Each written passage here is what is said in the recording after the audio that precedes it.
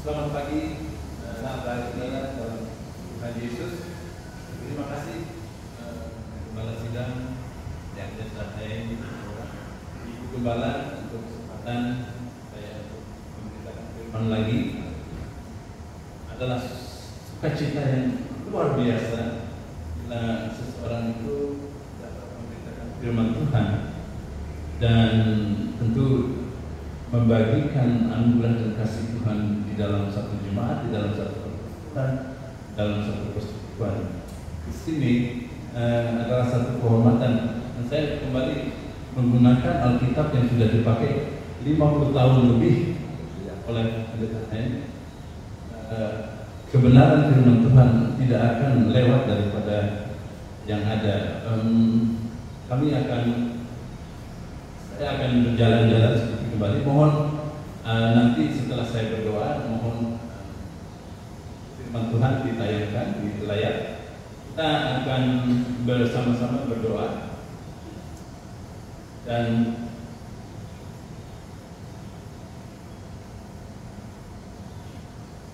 perkenankan saya untuk berlutut dan berdoa. Bapak, pada pagi hari ini kami datang di dalam segala keberadaan kami, di dalam segala dosa dan kesalahan kami, dalam segala kenajisan maupun kebahagiaan dan kesucian kami oleh karena Engkau dan anugerah-Mu semata. Berbicaralah kepada kami sebagaimana Engkau menghendakinya. Jauhkan si pembicara di dalam pagi hari ini dan tampilkan hanya kuasa anugerah kasih-Nya. Sembunyikan pembicara di belakang tabir, belakang firman-Mu, dan biarlah jemaat hanya mendengar dan menerima apa yang Kau sediakan buat jemaat di sini. Terima kasih untuk kesempatan hamba-Mu untuk kembali untuk memberitakan firman-Mu. Biarlah kuasa Roh-Mu yang kudus mengisi ruangan ini dan hanya Engkau-lah yang dipermuliakan.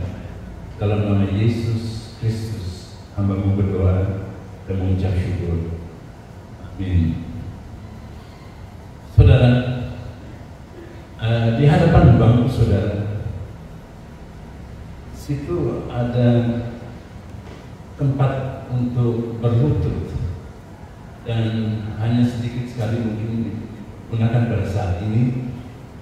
Namun firman Tuhan akan membawa kita kepada situasi di mana Paulus setelah ia bertemu Tuhan Yesus, setelah ia diselamatkan, setelah ia bertobat, berubah, maka disitulah dia sebagai rasul yang sangat-sangat membantu perkembangan gereja. Di dalam doanya untuk jemaat di Efesus, dia berlutut di hadapan Bapa. Di dalam Alkitab Indonesia, Paulus bersujud di hadapan Bapa. Di dalam bahasa Inggris, for that I kneel before the Father. For that reason, untuk itu saya berlutut di hadapan Bapa. Dan untuk itu adalah berdoa untuk jemaat di Efesus. Dan bila mana hamba-Mu pada saat ini berlutut di hadapan saudara di dalam kebesaran dan anugerah kasih Tuhan, maka itulah adalah dasar utama dalam satu doa di mana kita mendatangkan dan menghadirkan kemuliaan Tuhan di dalam satu doa dan persekutuan yang melampaui segala hikmat, nalar, dan pengetahuan manusia. Demikian, saya akan sebentar lagi akan berdiri, kita akan membaca firman Tuhan bersama. Saya akan membacakan yang genap, saudara membacakan yang ganjil. Boleh dibayangkan? Tadi bilang Anda membawa Alkitab tetapi bisa dibaca bersama. Dari Efesus pasal yang ketiga ayat 14 sampai 21. Saya akan bacakan yang genap 14 dan saudara akan membacakan yang ganjil. Kita akan baca bersama, kemudian kita akan kupas satu persatu bila mungkin, dan setelah itu kita akan membawa pulang apa yang Tuhan Yesus dan Allah Bapa dan Roh Kudus ingin menyampaikan pada minggu hari ini, agar ini menjadi pegangan saudara. Mari kita membaca. Saya akan membaca yang genap. Itulah sebabnya aku sujud kepada Bapa, yang daripadanya semua turunan yang di dalam surga dan di atas bumi menerima namanya.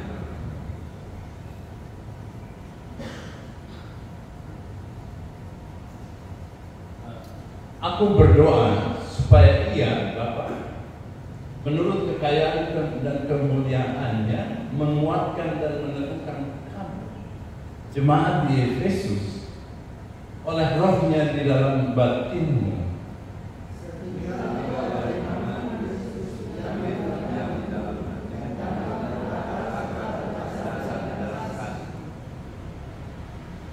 aku berdoa supaya kamu bersama-sama dengan segala orang kudus dapat memahami betapa lebarnya dan panjangnya dan tingginya dan dalamnya kasih Kristus, dan dapat mengenal kasih itu lalu Dia mengampuni segala pengetahuan.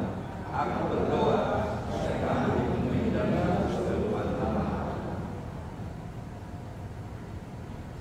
Saya coba baca di sini. Bagi Dialah yang dapat melakukan jauh lebih banyak daripada yang kita doakan atau pikirkan, seperti yang ternyata dari kuasa yang bekerja di dalam kita.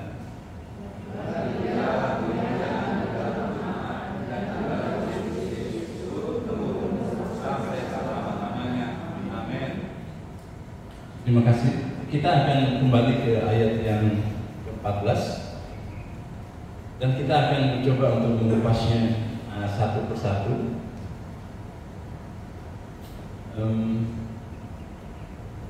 Jadi ada perbedaan sedikit antara apa yang Paulus lakukan di dalam doa Paulus. Sebetulnya ada di dalam Alkitab kita ada tulisan doa Paulus, tapi sebetulnya untuk jemaat di Efesus. Maka di dalam bahasa Inggris, for that reason I kneel before the Father. Artinya, itulah sebabnya aku berlutut pada Bapa. Perbedaannya kecil, tetapi di dalam konteks Paulus itu adalah dasar pelayanannya kepada jemaat untuk memanggil seluruh umat dunia, bukan Kristen saja ya, memanggil seluruh umat dunia untuk bersatu di dalam Kristus, di dalam Yesus, dan kemudian menerima kemuliaan Tuhan yang melampaui segala-galanya. Jadi perkenankan saya melakukan hal yang sama lagi, yaitu berlutut di hadapan Bapa. Dan bila saudara mengingat akan firman-firman Tuhan yang lalu, di mana Tuhan Yesus membasuh kaki muridnya, maka Ia melakukan itu di dalam posisi berlutut. Dia membasuh kaki murid-muridnya dan pindah lagi dan berlutut. Ketika Ia menyembuhkan janda maupun ibu mertua Petrus, kita tidak bisa membayangkan bahwa dia seperti di rumah sakit Balimet atau rumah sakit di Siloam atau rumah sakit di klinik di Denpasar atau di Al-Mabrur atau di bahwa ada ranjang, ada tempat tidur. Tidak. Orang itu dibaringkan mungkin di atas kulit binatang yang sudah diawetkan, mungkin juga di atas tikar, anyaman, tapi tidak di atas tempat tidur, di bawah. Jadi Tuhan Yesus bila menyapa dan menyembuhkan orang sakit, baik di jalanan maupun di bait suci maupun di kolam yang yaitu berlutut di hadapan si penderita, kemudian menjamahnya dan katakan sembuhlah. Ada pula yang memerintahkan agar orang itu sembuh tanpa menjamah, tanpa memegang. Cukup dengan memerintahkan, sembuhlah engkau oleh karena imanmu. Saya akan berdiri lagi, maaf.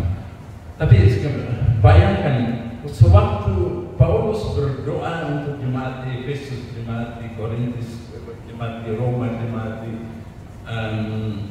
di Tiatira, jemaat di Pergamus, jemaat di Smyrna, Tesalonika, dia berdoa dari sebagian besar dari penjara.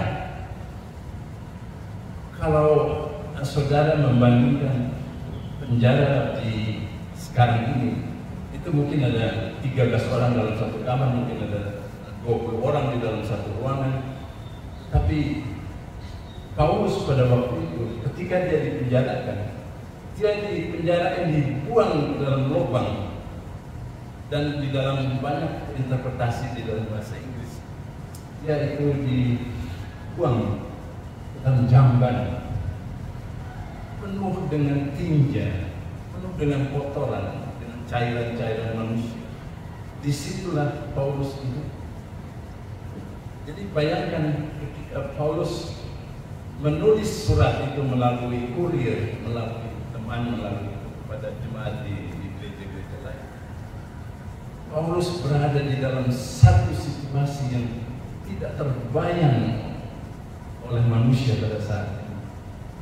Dalam kegelapan dan tidak ada pena, tidak ada pensil, tidak ada goresan-goresan yang dibuatkan di situ. Saya akan begitu. Demikian ia berdoa untuk jemaat di Efesus. Ayat yang ke-15.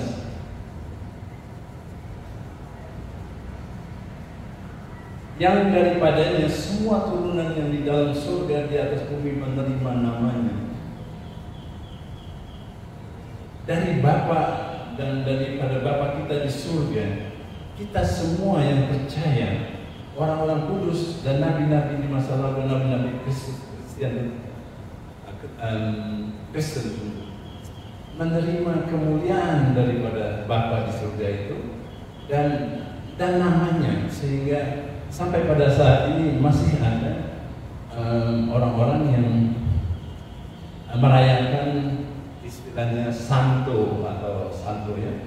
Ada santo Paulus, ada santo Peter, ada santo Markus, ada santo Yohanes dan seterusnya, Lukas dan seterusnya. Yang ke-16, ayat 16.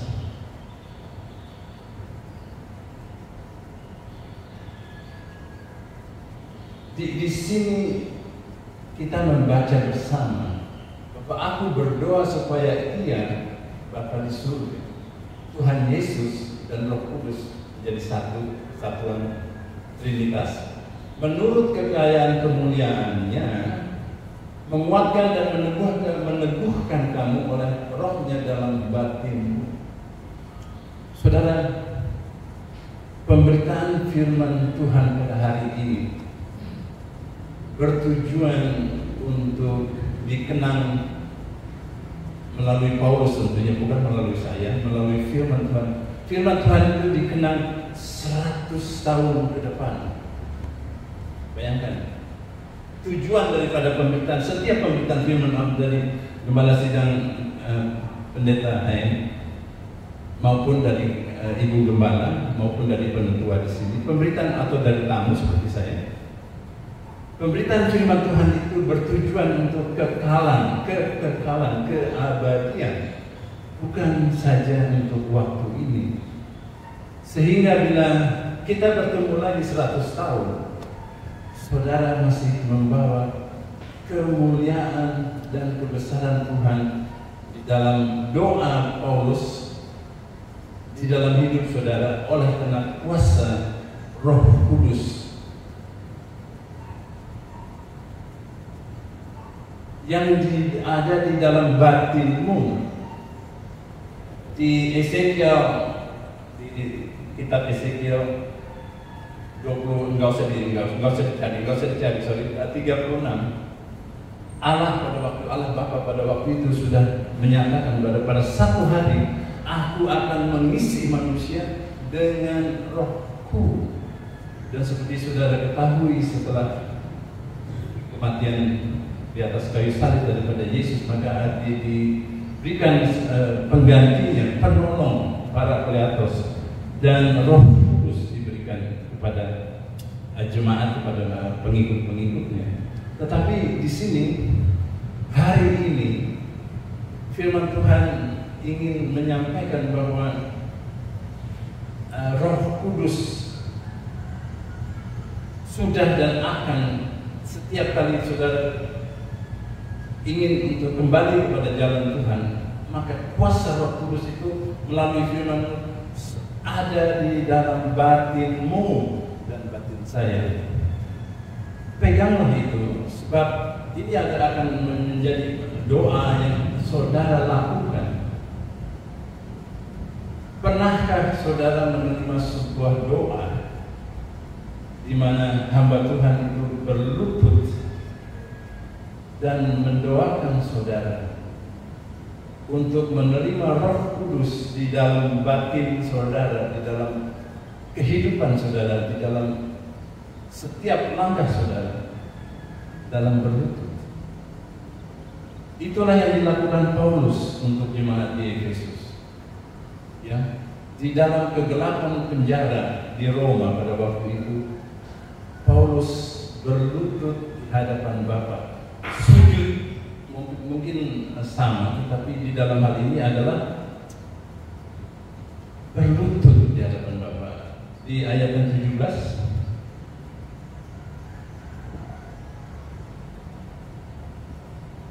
tetapi para imam mengangkat tabut perjanjian Tuhan itu tetap berdiri di tanahnya. Joshua, Efesus 3:17, saya kaget. Efesus 3:17, ya. Sehingga oleh imanmu Kristus diam di dalam hatimu, dan kamu berakar serta berdasar di dalam kasih. Firman Tuhan ini, pada minggu lalu saya bertanya kepada hamba Tuhan, Pendeta Hen, temanya apa ya, waktu bersama Ibu Gembala juga, dan hamba Tuhan berkata, dialah Roh Kudus yang membawa engkau, dia panggil engkau buat saya lebih mudah, biarlah Roh Kudus membawa engkau ke dalam firman yang diberikan Tuhan kepadamu. Namun saya bilang sebaiknya ada tema, sebab itu akan menjadi pegangan bukan untuk saya, tetapi untuk jemaat. Maka hamba Tuhan hanya berkata mengenai pertumbuhan di dalam jemaat. Saudara, sewaktu kami bekerja, saya sama Pedro Berguyer ini, asisten saya, bekerja di Muntik di Kubu. Di situ ada bak 5.000 liter yang bocor, dan walaupun tidak ada airnya, orang biasa bisa mengetahui bahwa bak itu bocor, sebab ada tumbuh-tumbuhan yang hidup di antara celah-celah, di antara letakan daripada bak itu. Ketika dicabut sama Pedro yang cukup keras, ternyata akar daripada semak pohon kecil, semak itu mungkin ada 30-40 cm dalamnya, berakar di antara celah yang sedemikian kecil, tetapi pohon itu tumbuh karena berakar di dalam hal ini. Kita sebagai jemaat di sini diminta untuk bertumbuh dan berakar di dalam iman, di dalam firman, di dalam kuasa anugerah, tetapi yang paling penting di dalam kasih Kristus. Dari semua doa-doa yang kita panjatkan untuk kerjaan, untuk anak kita, untuk ibu mertua, untuk bapak mertua, untuk tetangga, untuk sakit penyakit dan seterusnya, ada satu doa yang Paulus panjatkan, dan ibu gembala di sini juga.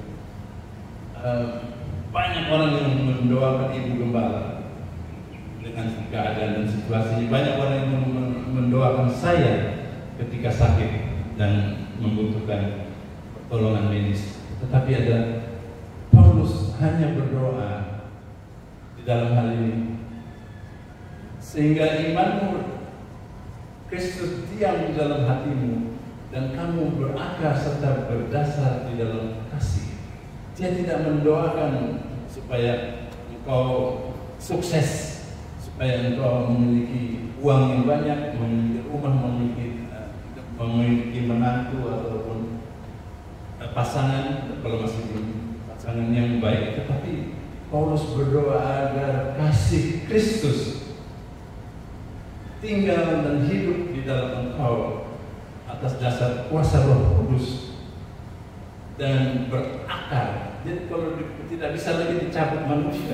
Ada tanaman yang mungkin oleh tumbuh sebentar, tapi oleh kena angin, oleh kena badai, oleh kena banjir dan seterusnya, dia akan terbawa dan hilang dan putus. Ayat yang ke-18 Paulus, ya. Ini Paulus, aku berdoa supaya kamu bersama-sama dengan segala orang kudus dapat memahami, mengerti apa yang disampaikan setiap hari Minggu maupun hari-hari kita bertemu di dalam gereja, di dalam firman Tuhan, agar kau dapat memahami betapa lebarnya dan panjangnya dan tingginya dan dalamnya Kristus. Hanya Roh Kudus yang dapat mencerahkan kita untuk memahami akan panjangnya, akan lebarnya, akan tingginya, dan akan dalamnya kasih Kristus itu, sehingga dia mau mati di atas kayu salib. Tanpa itu kita itu kan dulu. Tapi kan sekarang saya penuh dengan kesulitan-kesulitan yang ada pada saat ini. Sangat mudah untuk melupakan betapa panjangnya, betapa lebarnya, betapa tingginya, dan betapa dalamnya kasih Kristus itu di dalam kehidupan kita. Tadi saya tidak ada kesaksian, kenapa ya? Karena saya panjang firmannya tadi.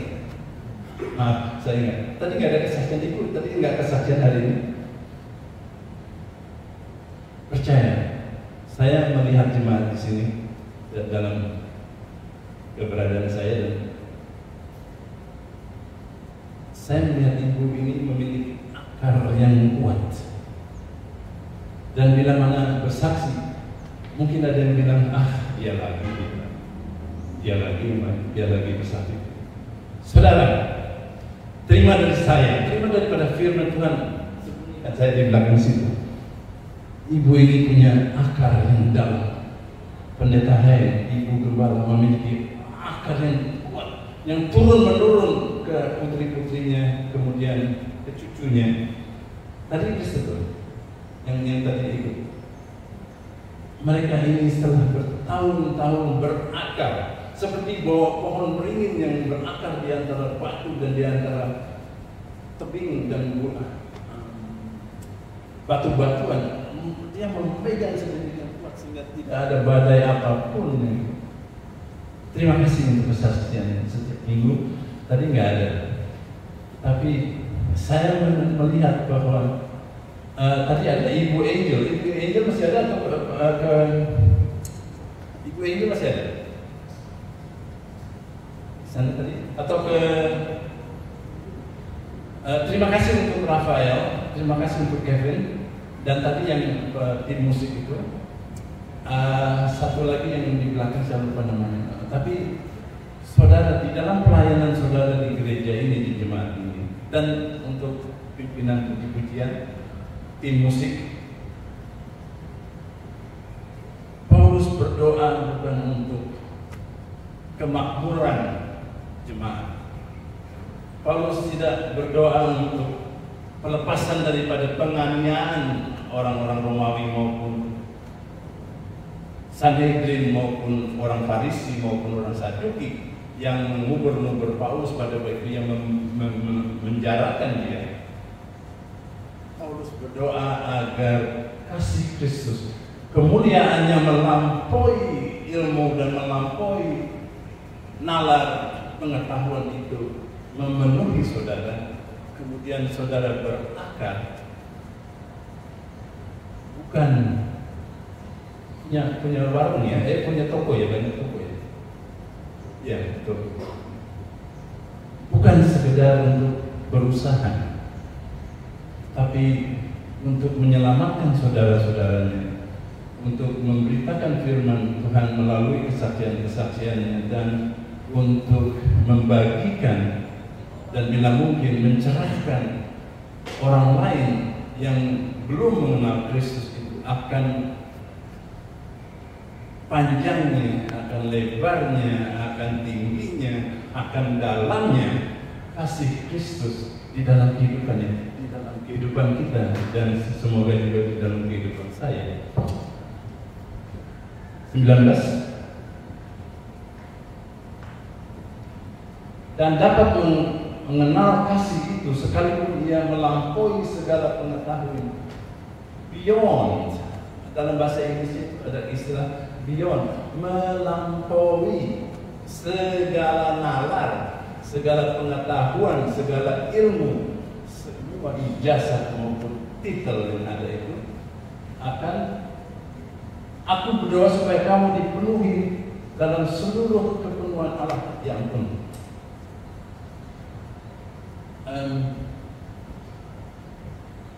Pernahkah saudara melihat seseorang pendeta, hamba Tuhan, penginjil, pastor, siapa yang penuh dengan kemuliaan Allah, kepenuhan Allah itu, maka ia itu bersinar. Saya tidak mau dilihat demikian, tetapi setiap orang pengikut Yesus harus berusaha sekuat mungkin untuk melakukan, untuk menjadi seperti Kristus, serupa dengan Kristus, tidak seperti serupa dengan Kristus. Kita tidak bisa menjadi seperti Kristus, tapi serupa. Itu adalah kehendaknya. Maka di dalam hal ini, saudara semuanya, hari ini firman Tuhan bukan untuk hari ini, bukan untuk hari depan dan minggu depan, tetapi untuk 100 tahun ke depan. Dan bila mana saudara bisa tetap masih bisa bertemu dengan teman segereja 100 tahun mendatang, biarlah kita melihat akan roh dan buah-buah roh dan buah-buah kita di dalam jemaat ini, di dalam kehidupan kita, untuk membagikan kasih Kristus yang melampaui dan kepenuhan Allah, melampaui segala sesuatu yang ada di dunia ini. Ada satu ilustrasi. Kita ke 20. Ada satu ilustrasi. Saya terima di WhatsApp message ya, kiriman dari WhatsApp. Di kutub utara setiap 5 tahun, ini ilustrasinya. Di kutub utara setiap 5 tahun orang-orang bisa melihat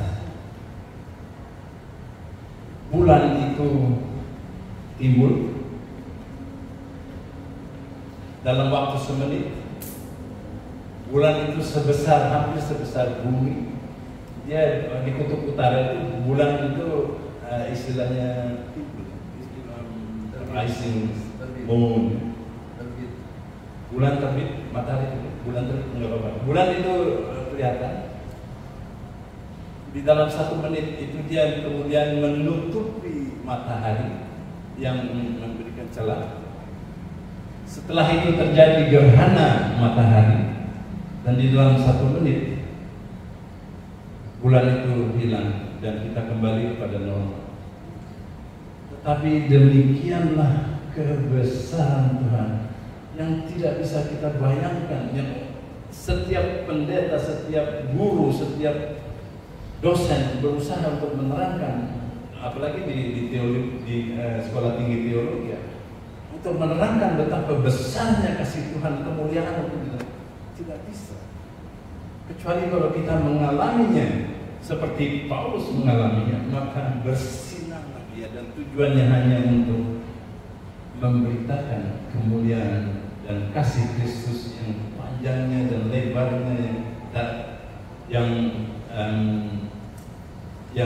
tingginya dan dalamnya itu sedemikian rupa tidak bisa kita akan membaca. Jauh bagi Dialah yang dapat melakukan jauh lebih banyak daripada yang kita doakan atau pikirkan, seperti yang ternyata dari kuasa yang bekerja di dalam pertumbuhan kita di dalam gereja. Saya ulangi, pertumbuhan kita di dalam gereja hanya bisa sempurna, hanya bisa baik seperti semak yang berakar di dalam celah beton dan batu, bila kita berubah. Saya ulangi, pertumbuhan di dalam diri kita sebagai umat Kristus di jemaat ini dan di luar sana sebagai pengikut Kristus hanya dapat dicapai bila kita bersedia dirubah maupun bila kita berubah. Paulus berubah 180 tahun, 180 derajat daripada Paulus dan Saulus yang semula. Saya mempelajari kitab Saulus dan Paulus sedemikian rupa sehingga dia sebetulnya tidak pernah membunuh orang Kristen pada waktu itu, tapi dia menganiaya dan dia juga memberatkan hukuman orang-orang Kristen yang ditangkap, yang dikatakan pemberontak dan sebagainya. Maka Paulus memberatkan hukuman itu sehingga orang itu dihukum mati, tapi Paulus sendiri tidak membunuh orang, tapi dia menangkap orang dan memberatkan hukuman-hukuman mereka. Bahkan dia pergi ke tempat-tempat, setiap rumah-rumah yang beribadah dengan sebagai pengikut Kristus, ditangkap-tangkap, dikirim kepada pemerintah Romawi pada waktu itu, dan diberatkan lagi oleh orang-orang Farisi yang menyatakan bahwa ini adalah pengacau-pengacau yang mau menghancurkan Kekaisaran Roma maupun agama Yahudi.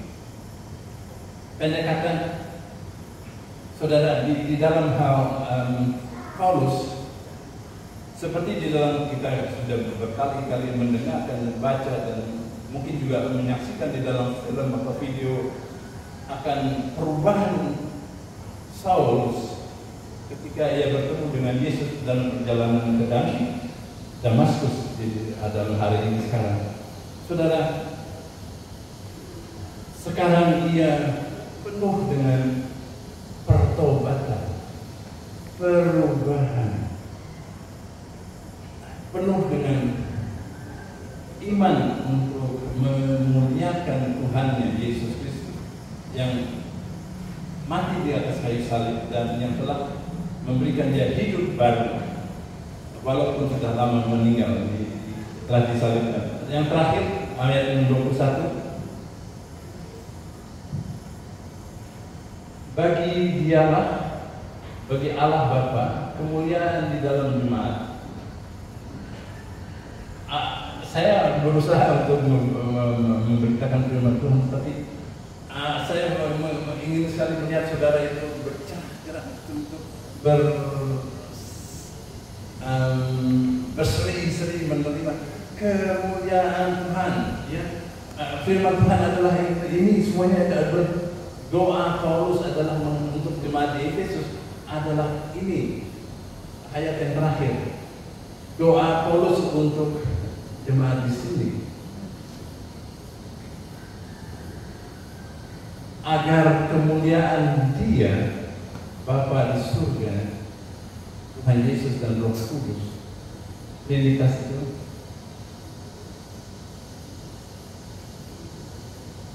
turun-menurun sampai selama-lamanya, kekekalan abadi. Dan pertumbuhan itu yang diharapkan dari jemaat ini.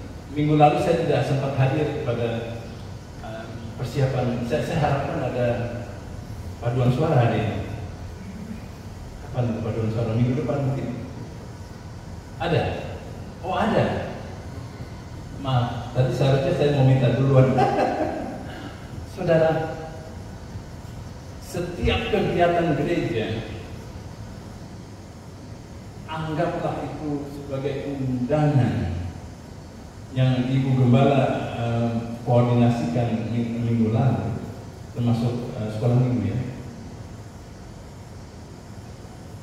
adalah usaha untuk memuliakan Kristus dan untuk memberitakan kasih-Nya melampaui segala ilmu, titel, dan posisi saudara di dalam kehidupan di dunia.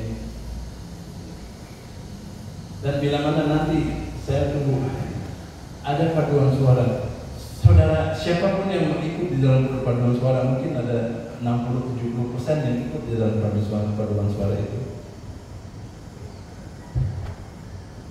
Nyanyikanlah, bergemalah sebagaimana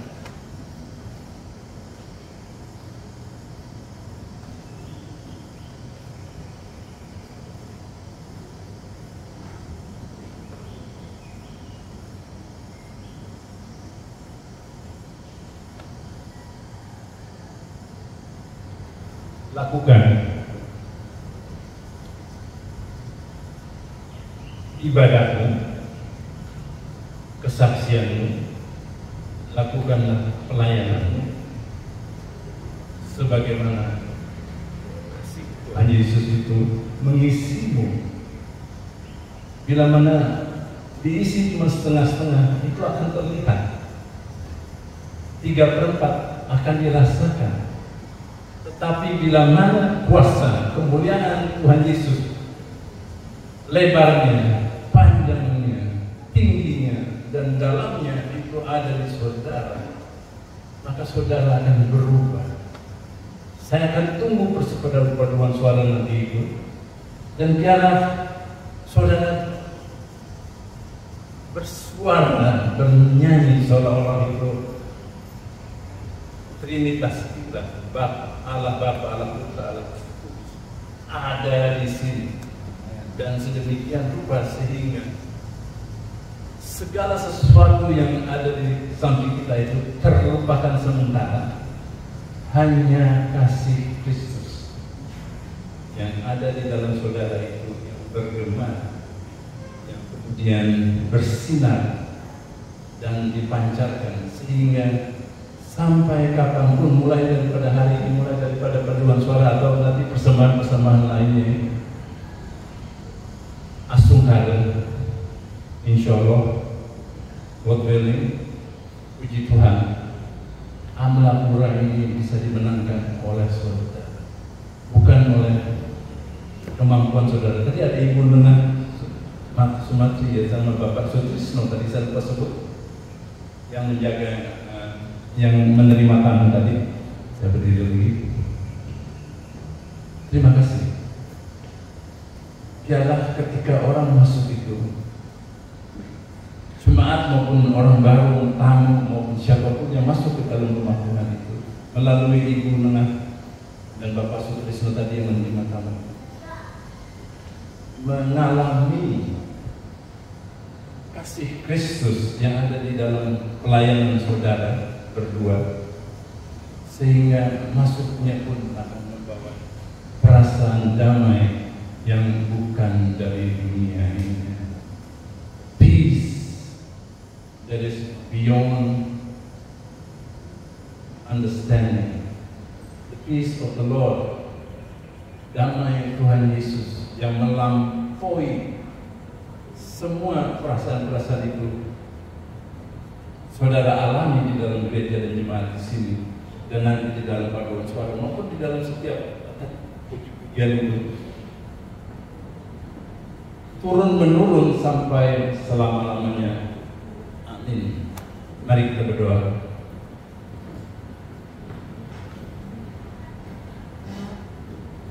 Bapa, sebagaimana Paulus berdoa untuk jemaat di Efesus, hamba-Mu berdoa untuk jemaat di sini, agar mereka berakar di dalam kasih Kristus yang tidak dapat dicabut oleh siapapun kecuali oleh karena umur, ajal, dan oleh karena kasih anugerah-Mu semata, agar setiap jemaat boleh menerima firman Tuhan ini bukan oleh si pembicara maupun penginjil maupun hamba Tuhan yang menyampaikan, tetapi karena Engkau berbicara kepada mereka sebagaimana Engkau dan doa Paulus berbicara kepada jemaat di Efesus pada waktu itu.